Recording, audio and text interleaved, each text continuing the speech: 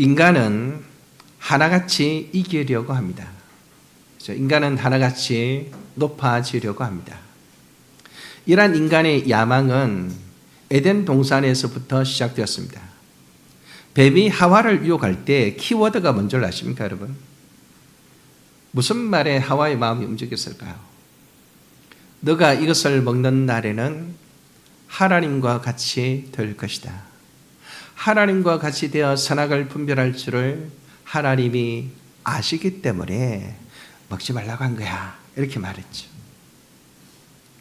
하나님이 가르쳐 주는 것으로 왜 판단해야 돼? 네가 마음대로 판단해. 이런 식으로 유혹하면서 하와를 꼬드겼고 하와가 그 말에 헷가닥 넘어간 것입니다. 그렇게 하와가 무너졌고 그렇게 아담도 무너졌고 그렇게 모든 인류가 무너지고 있습니다. 여기 오늘 본문에도 제자들, 본문에 나오는 제자들도 예외가 아닙니다. 세베대 아들 야고보와 요한이 예수님께 이렇게 말합니다. 35절과 37절에 보면 한번 읽어볼까요, 여러분? 35절과 37절 다시 한번 읽겠습니다.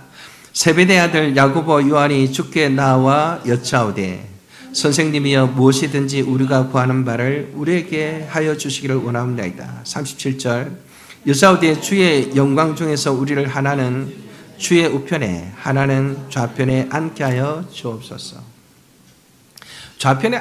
좌편과 우편에 앉게 해달라는 것은 예수님이 가지는 권력의 상당한 부분을 자기들도 누리고 싶다, 이런 의미겠죠. 야고보 요한이 요구한 것은 분명합니다. 한 자리를 달라는 것입니다. 이들은 다윗과 같이 예수님도 이스라엘을 로마에서 해방시킬 것으로 기대했습니다. 하나님 나라를 건설할 수 있을 것이라고 기대했습니다. 그러면 많은 신하들이 필요하겠죠. 그런 신하들 중에 자기들을 종용해 줄 것을 요청한 것입니다. 어쩌면 이렇게 하와와 닮았을까요? 어쩌면 이렇게 변한 게 없을까요? 모든 인간은 기회만 되면 올라서기를 원합니다. 이겨먹기를 원합니다. 높은 자리에 올라가려고 합니다. 지금 예수님께서 경계하시고 다잡으시는 점은 바로 이 인간의 본성입니다. 예수님께서 최고를 추구하고 열망하지만 제자들인 너희들은 세상에서는 예수님께서 말씀하시기를 세상에서는 모든 사람들이 최고를 추구하며 열망하지만 제자들인 너희들은 최고를 추구하면 안 된다, 이렇게 말한 것이죠. 참 재밌는 것은 이 장면을 알게 된 10제자가 야고보와 요한에 대해서 화를 냅니다. 41절에 나오죠. 내 좌우편에 앉는 것은 내가 줄 것이 아니요 누구를 위하여 준비됐든지 그들이 얻을 것이니라. 41절 10제자가 듣고 야고보와 요한에 대하여 화를 내거늘. 여러분 가만히 한번 생각해 보십시오. 다른 제자들은 이 말을 듣고 왜 화를 냈을까요? 말도 안 되는 이야기를 했기 때문에 화를 냈을까요? 너희들이 이 시점에서 그런 말 하더니 있을 수가 없는 말이다, 이런 식으로 화를 냈을까요? 그들을 꾸짖으면서 화를 냈을까요? 제자들이 왜 화를 냈는지 이유를 알려면 문맥에서 살펴보는 것이 항상 중요합니다. 9장 33절에서 37절을 한번 보겠습니다. 9장 33절에서 37절. 자, 어떤 문맥에서 이 말을 하게 되었는가? 같이 한번 읽겠습니다. 9장 33절. 보라, 우리가 예루살렘에 올라가노니 인자가 대제사장들과 서기관들에게 넘겨심에 그들이 죽이기로 결의하고 이방인들에게 넘겨 주겠고. 미안합니다. 10장 33절입니다. 10장 33절 같이 읽겠습니다. 보라, 우리가 예루살렘에 올라가노니 인자가 대제사장들과 서기관들에게 넘겨짐에 그들이 죽이기로 결의하고 이방인들에게 넘겨주겠고 그들은 능욕하며 침뱉으며 채찍질하고 죽일 것이나 그는 3일 만에 살아나리라 하시니라. 세베대 아들 야고보 요한이 주께 나와 여짜오되. 네.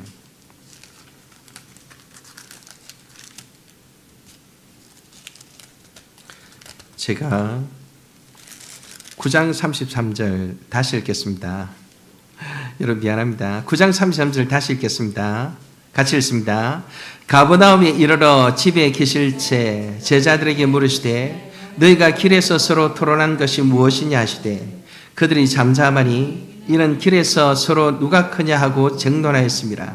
예수께서 앉으사 12 제자를 불러서 이르시되 누구든지 첫째가 되고자 하면 무사람의 끝이 되며 무사람을 섬기는 자가 되어야 하리라 하시고 거기까지.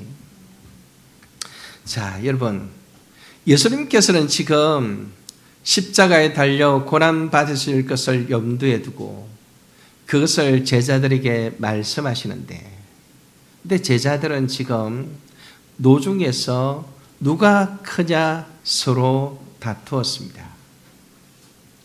예수님은 너무나 중요한 시기에 접어들면서 하나님 앞에 긴장하며 기도하지 않을 수 없었는데 제자들은 예수님의 그 긴장을 아랑곳하지 아니하고 자기들이 누가 큰지 그렇게 다투고 있는 것입니다.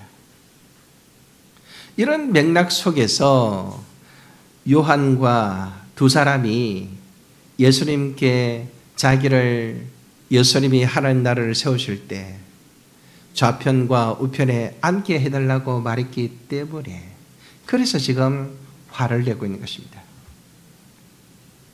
예수님은 이런 제자들을 향해서 뭐라고 말합니까? 9장 37절을 보면 누구든지 이런 어린아이 하나를 영접하면 곧 나를 영접하며 누구든지 나를 영접하면 나를 보내신 이를 영접함이니라. 무슨 말일까요?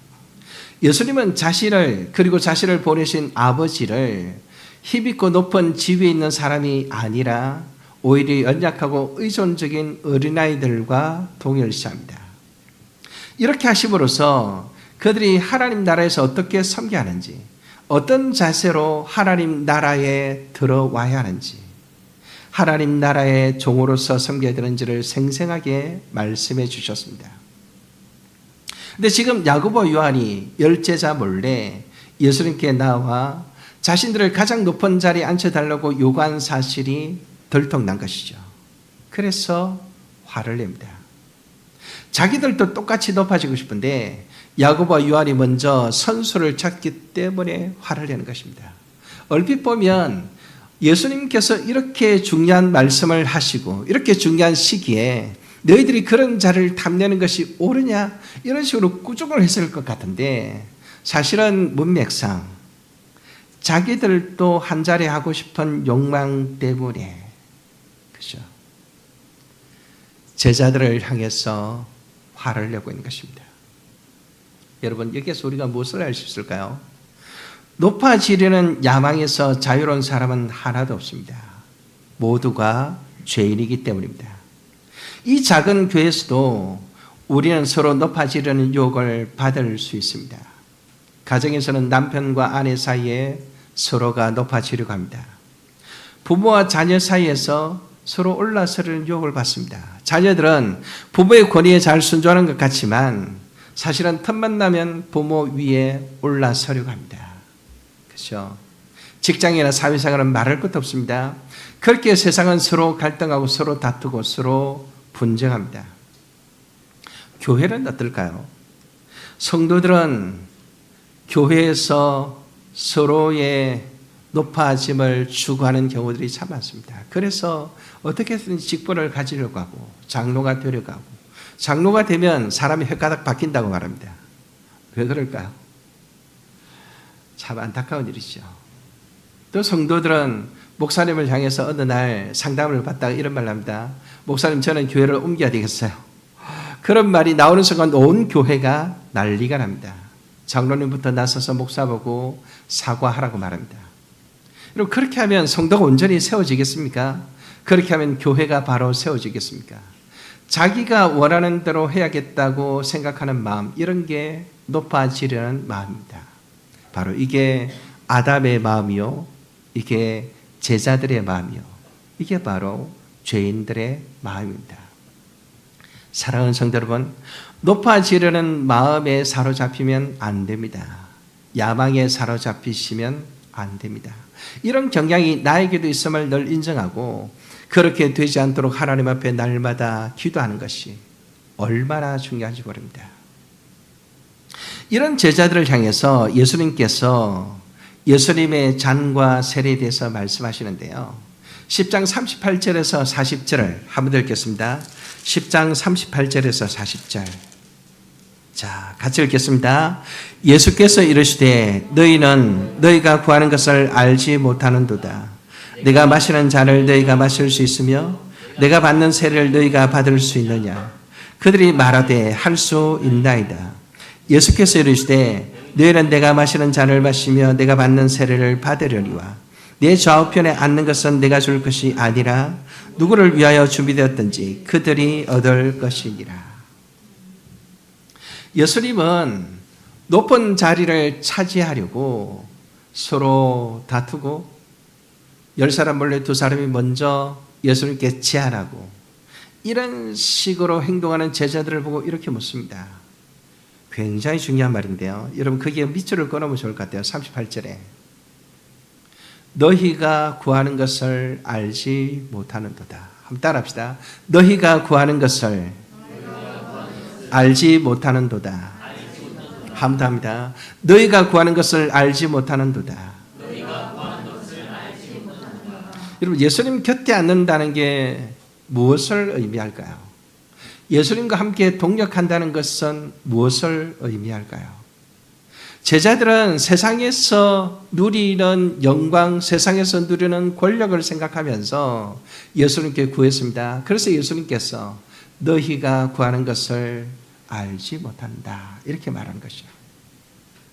10장 33절 34절에 여기에 보면 예수님께서 능욕과 침뱉음을 당하고 채찍질을 당하고 죽임 당할 것을 말씀하십니다. 그리고 사흘 만에 살아날 것도 말씀하십니다. 그런데 제자들은 예수님께서 다윗과 같이 위대한 나라를 건설하는 꿈만 꾸고 있습니다. 그 나라의 왕이 되시면 12제자들이 한 자리씩 차지할 꿈속에 빠져 있습니다. 그래서 누가 더 나은 자리, 누가 더 높은 자리에 올라갈 것인지 서로 다투고 있습니다. 그래서 예수님께서 뭐라고 말합니까? 너희가 구하는 것을 알지 못하는도다. 사실은 제자들은 예수님께서 무엇을 하려고 하시는지, 예수님께서 말씀하시는 하나님 나라가 무엇인지, 하나님 나라의 속성이 도대체 무엇인지, 그 나라에 속한 사람들은 어떻게 살아야 되는지를 생각해야 되는데 생각하지 않고 본래 세상에서 가지고 있는 지식을 따라, 본래 세상에서 가지고 있는 욕망을 따라 예수님께 대입하고 하나님 나라에 대입하고 그렇게 예수님께 요구하고 있는 것입니다. 그렇죠? 자, 그러면 예수님께서는 그들에게 어떤 말씀으로 가르치셨을까요? 42절에서 44절을 보겠습니다. 오늘의 핵심되는 본문입니다. 같이 읽습니다. 예수께서 불러다가 이르시되 이방인의 집권자들이 그들을 임의로 주관하고 그 고관들이 그들에게 권세를 부리는 줄을 너희가 알거니와 너희 중에는 그렇지 않을지니 너희 중에 누구든지 크고자 하는 자는 너희를 섬기는 자가 되고 너희 중에 누구든지 으뜸이 되고자 하는 자는 모든 사람의 종이 되어야 하리라. 여러분 여기서 예수님이 말씀하신 메시지는 명확합니다. 섬기는 자가 되어야 큰 자가 된다. 모든 사람의 종이 되어야 으뜸이 된다. 한번 따라합시다. 섬기는 자가 되어야 큰 자가 된다. 사람의 종이 되어야 으뜸이 된다. 여러분 굉장한 말이지 않습니까? 객관적으로 들으면 감동적인 말입니다. 여러분 저를 보세요. 객관적으로 들으면 정말 감동적인 말입니다. 그러나 내가 그렇게 하려면 보통 문제가 아닙니다. 그죠? 그냥 객관적으로 들으면 야 멋있다. 그렇게 할 수만 있다면 정말 좋을 것 같아. 누군가가 나를 종으로 섬겨준다면, 누군가가 나를 떠받들어준다면 이런 식의 생각을 할 수 있는 거죠. 근데 그걸 나에게 적용시켜 보면 보통 문제가 아니죠. 어떻게 우리가 이 말씀을 적용하고 어떻게 우리가 이 말씀을 실천할 수 있을까요? 아니, 예수님은 이런 어처구니없는 제자들, 이런 욕망에 사로잡힌 제자들, 이런 누가 큰지 다투고 있는 이 철없는 제자들을 향해서 어떤 기대감을 가지고서 이런 말씀을 했을까요? 그렇죠? 여러분, 그래서 우리는 예수님을 묵상하는 일이 정말로 중요합니다. 예수님을 묵상하지 않으면 이 엄청난 말을 실천할 수 없습니다. 예수님을 묵상하지 않으면 이 엄청난 말을 그 속에 담겨져 있는 엄청난 복을 누릴 수 없습니다. 도대체 예수님이 어떠하기에 예수님을 묵상하라고 말씀하십니까? 빌립보서 2장 5절에서 8절에 보면 한번 찾아보겠습니다. 아주 중요한 말씀이기 때문에 찾아보겠습니다. 빌립보서 2장 5절에서 8절.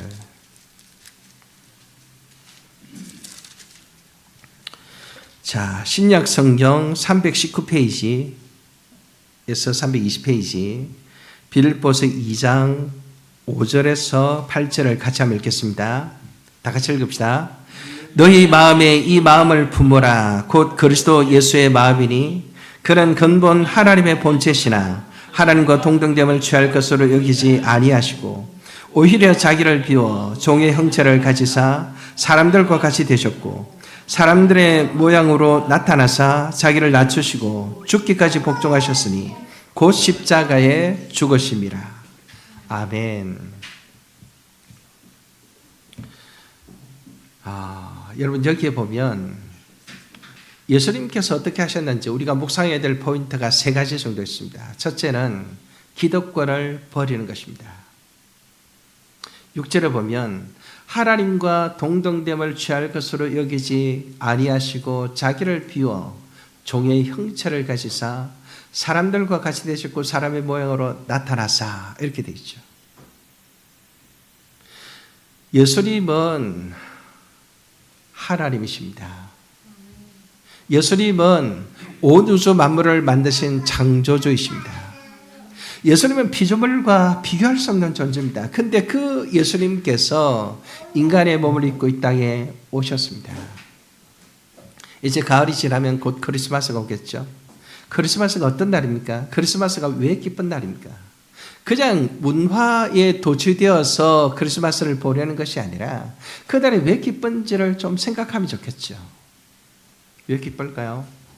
예수님께서 인간의 몸을 입고 자신을 낮추어서 피조물로 오신 날이기 때문입니다. 그죠? 우리가 예수님을 묵상할 때 뭘 묵상해야 될까요?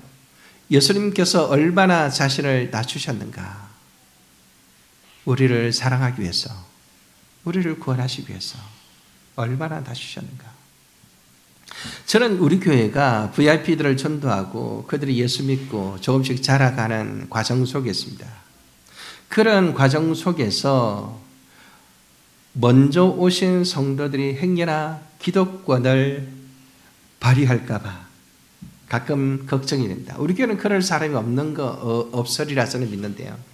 많은 교회들을 보면 먼저 온 그리스도인들이, 먼저 예수 믿은 자들이 기득권을 가지고 VIP들을 대하는 경우들이 참 많습니다. 그래서 상처받는 경우들이 많죠. 여러분, 우리가 조금이라도 내가 좀 더 낫다, 내가 좀 더 먼저다, 내가 좀 더 선배다, 이런 식의 생각이 마음속에 설금설금 들어오면 예수 그리스도를 묵상하시기를 바랍니다. 하나님으로서 이 땅에 내려오신 창조주로서 피조물의 몸을 입고 이 땅에 오신 그분을 묵상하시기를 바랍니다. 우리가 종처럼 다른 사람을 섬기려고 이성적으로 생각하고 의지적으로 몸부림을 치면 그것은 안 됩니다. 실패할 수밖에 없습니다. 누가 그렇게 할 수 있습니까? 누가 종처럼 다른 사람을 섬길 수 있습니까? 예수 그리스도를 알고 예수 그리스도를 깊이 묵상하는 자만이, 그래서 예수 그리스도의 은혜에 사로잡히는 자만이 섬길 수 있습니다. 그렇죠? 예수님께서 이 말씀을 하실 때 섬기는 자가 되어야 큰 자가 된다, 모든 사람의 종이 되어야 어뜸이 된다, 이 말씀을 하실 때 우리의 의지에 호소하는 것이 아닙니다. 그죠? 예수님을 보라는 것입니다. 내가 어떻게 했는지를 묵상하라는 것입니다. 그죠? 두 번째는 복종입니다. 거기 8절에 보면 자기를 낮추시고 죽기까지 복종하셨으니 이렇게 되어 있죠. 예수님은 하나님께 복종하셨는데 죽기까지 복종하셨습니다. 왜 그렇게 복종하셨을까요? 우리를 위하여, 우리를 죄와 사망에서 구원하시기 위하여 복종하셨습니다. 여러분 한번 가만히 생각해 보시길 바랍니다. 예수님처럼 하나님께 복종하지 않고 그냥 내 마음대로 살면 행복할까? 혼자 살 수 있을까? 우리 사회에 1인 가구가 엄청나게 급증하고 있습니다. 저는 1인 가구가 급증하는 것을 보고 굉장한 위기감을 느낍니다. 왜 그럴까요? 사람들은 관계 속에서 서로 부대끼면서 자신의 죄성을 발견하게 됩니다. 부대끼면서 자신의 연약함을 발견하게 됩니다. 부대끼면서 서로 다듬어지고 서로 자라가는 법입니다. 하나님께서 생육하고 번성하라고 말씀하실 때 많은 형제들이 함께 살게 되면 그 안에서 자연스럽게 인격 교육이 일어나는 것입니다. 집에서 친구들과 찢고 뽑고 부대끼며 살아가는 사람이 일터에서 다른 사람과 만나 협업을 할 때 어떻게 할까요? 반면에 혼자 살면서 자기 마음대로 자기 좋을 대로 살던 사람이 일터에서 동료를 만나 협업을 하면 어떻게 할까요? 누가 진짜 협업을 잘할 수 있을까요? 여러분, 우리가 자기 좋을 대로 산다고 칩시다. 그럼 그게 옳지 않다는 것을 언제 깨닫게 될까요? 혼자 있을 때는 모르겠죠.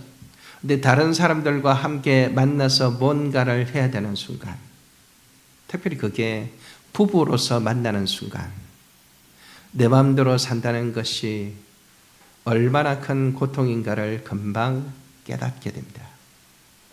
내 혼자서 내 마음대로 사는 것은 너무 편하고 좋습니다. 근데 내 마음대로 사는 사람과 부부가 되면 그게 고통이고 그게 지옥인 것을 금방 알게 됩니다. 내 마음대로 사는 사람과 함께 일을 하게 되면 그게 얼마나 어리석은 일인가를 금방 깨닫게 되는 것입니다. 그렇죠? 그래서 우리는 예수님처럼 권위자에게 순종하는 법을 배워야 합니다. 그렇게 순종하는 과정을 통해서 자기 속에 있는 욕망과 자기 속에 있는 죄성과 자기 속에 있는 악한 것들을 끄어내고 날마다 예수님을 닮아가는 자로 자라가야 합니다. 그래야 가정이 행복하고, 그래야 부부관계가 행복하고, 그래야 부모와 자녀 사이가 행복하고, 그래야 교회가 행복하고, 그래야 일터가 단순히 돈을 버는 곳이 아니라 진짜 행복한 공동체가 되는 것입니다. 그죠? 어떻게 우리가 종처럼 섬긴다고요? 하나님 앞에 복종함으로 죽으시기까지 하셨던 예수님을 묵상할 때 우리는 그렇게 할 수 있다는 것입니다. 세 번째는 희생이죠. 십자가의 죽으심이라. 여러분, 십자가는 이 땅의 인간이 경험하는 가장 잔혹한 죽음입니다. 인간이 만든 사형 형벌 중에서 가장 고통스럽고 가장 잔혹한 형벌이 바로 십자가 형벌이었습니다. 채찍질을 합니다. 채찍질을 통해서 살점이 떨어져 나갑니다.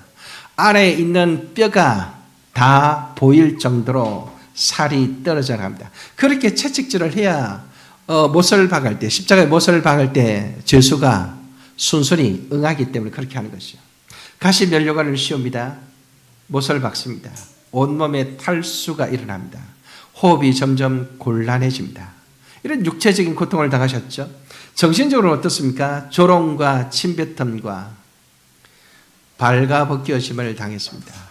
여러분, 예수님의 십자가에 달린 그 형상들의 옷이 걸쳐져 있지만 본래 로마의 사형 그 십자가형을 집행할 때는 옷을 다 벗깁니다. 정신적인 괴멸을 추구하는 것이죠. 멸시합니다. 영적인 고통을 당합니다. 하나님 아버지로부터 완전히 버림을 받습니다. 엘리 라마 사박다리. 왜 이런 고통을 당하셨습니까? 왜 이렇게 죽으셨습니까? 바로 우리를 위한 희생 제물이지 않습니까? 우리를 죄와 사망에서 구원하시기 위하여 예수님께서 이렇게 십자가에 달려 죽으시기까지 복종하셨습니다. 오늘 우리가 성찬식을 할 텐데요. 매월 첫째 주일에 성찬식을 하는 이유가 뭘까요? 우리를 위하여 희생제물로 돌아가신 예수 그리스도를 기억하고 그 은혜를 붙들기 위해서 하는 것입니다. 그렇죠? 여러분, 우리가 예수님께서 우리에게 주신 이 말씀을 따라 다른 사람을 진심으로 섬기고자 한다면 예수님을 깊이 묵상하시기를 바랍니다. 여러분, 우리의 본성은 상대방을 누르고 올라서려고 합니다. 우리의 본성은 다른 사람보다 높아지려고 합니다. 우리의 본성은 다른 사람과의 경쟁에서 이겨먹으려고 합니다. 그게 남편이든 아내든 그게 자식이든 그게 누구든 그렇게 하려고 하는 본성이 우리에게 있습니다. 그런 것들로는 우리의 모든 관계에 평화가 있을 수가 없습니다. 어떻게 해야 진짜 평화를 얻을 수 있는가? 어떻게 해야 진짜 하나님의 의를 이 땅에 이루어낼 수 있는가? 어떻게 해야 하나님의 나라 천국을 이 땅에 이루어낼 수 있는가? 하나님의 천국을 가정과 교회와 이 땅에 이루어낼 수 있는가? 예수님처럼 다른 사람을 종처럼 섬기는 자들이 늘어날 때, 예수님처럼 종과 같이 다른 사람을 섬기는 자들이 한 사람 한 사람 더해질 때, 그때 평화가 이 땅에 이루어지는 것입니다. 그것은 결심한다고 되는 것이 아닙니다. 그것은 강조한다고 되는 것이 아닙니다. 그것은 캠페인한다고 되는 것이 아닙니다. 어떻게 할 수 있습니까? 먼저 섬기신 예수 그리스도를 깊이 묵상하고 그 예수 그리스도를 따라 한 걸음 한 걸음 살아갈 때 우리는 희생할 수 있습니다. 우리는 섬길 수 있습니다. 우리가 가정교회를 세워가면서 왜 이 말씀을 묵상할까요? 오늘날 교회가 새로운 사람들을 전도하고 새로운 사람들을 양육하는 과정 속에서 섬기는 종의 모습을 다 잃어버렸습니다. 섬기는 종의 모습을 실천하지 않습니다. 교회에 와보면 형식적으로는 예배도 하고 형식적으로는 종교단체라는 것이 느껴지는데 실제로 사람들이 행동하는 것을 보면 똑같습니다. 똑같이 올라서려고 하고 똑같이 어떻게든 장로가 데려가고 어떻게든 집사가 데려가고 어떻게든 권사가 데려가고 어떻게 해서든지 다른 사람들로부터 인정을 받으려고 하고 어떻게 해서든지 목사의 인정을 받아서 뭔가 큰 일을 하려고 하고 그런 식의 악유다툼이 교회도 가득한 것입니다. 어떻게 그들이 하나님 나라를 경험할 수 있겠습니까? 어떻게 그들이 예수님을 닮은 자로 변화될 수가 있겠습니까? 2년 전인가요? 손흥민 인터뷰를 보니까 이런 얘기를 하더라고요. 경기에 이기고 나서 손흥민이가 주목을 받으면서 인터뷰를 하는데 이렇게 말했습니다. 엄청 어려운 경기였는데 동료 선수들이 끝까지 포기하지 않고 한 발 더 뛰어주고 다 희생해주고 그런 결과 덕분에 저희가 자기가 아니고 저희가 이런 좋은 결과를 얻었다고 생각합니다. 선수들이 정말 자랑스럽습니다.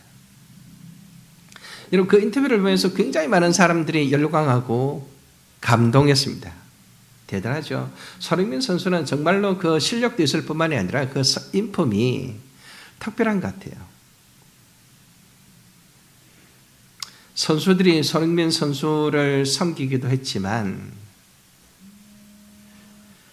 손흥민 선수가 없었으면 그런 플레이어를 할 수가 없었겠죠.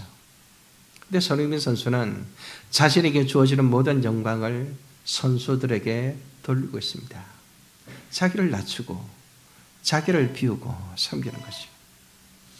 이 정도의 말에도 사람들은 감격하는데 여러분, 예수 그리스도께서 우리를 어떻게 섬기셨는가?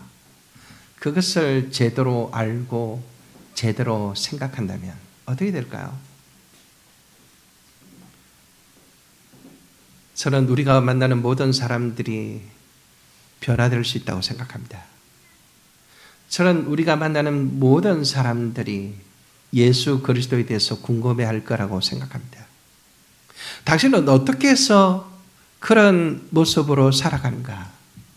어떻게 그런 손해를 기꺼이 감수하는가? 어떻게 그런 삶을 지속적으로 감당할 수 있는가?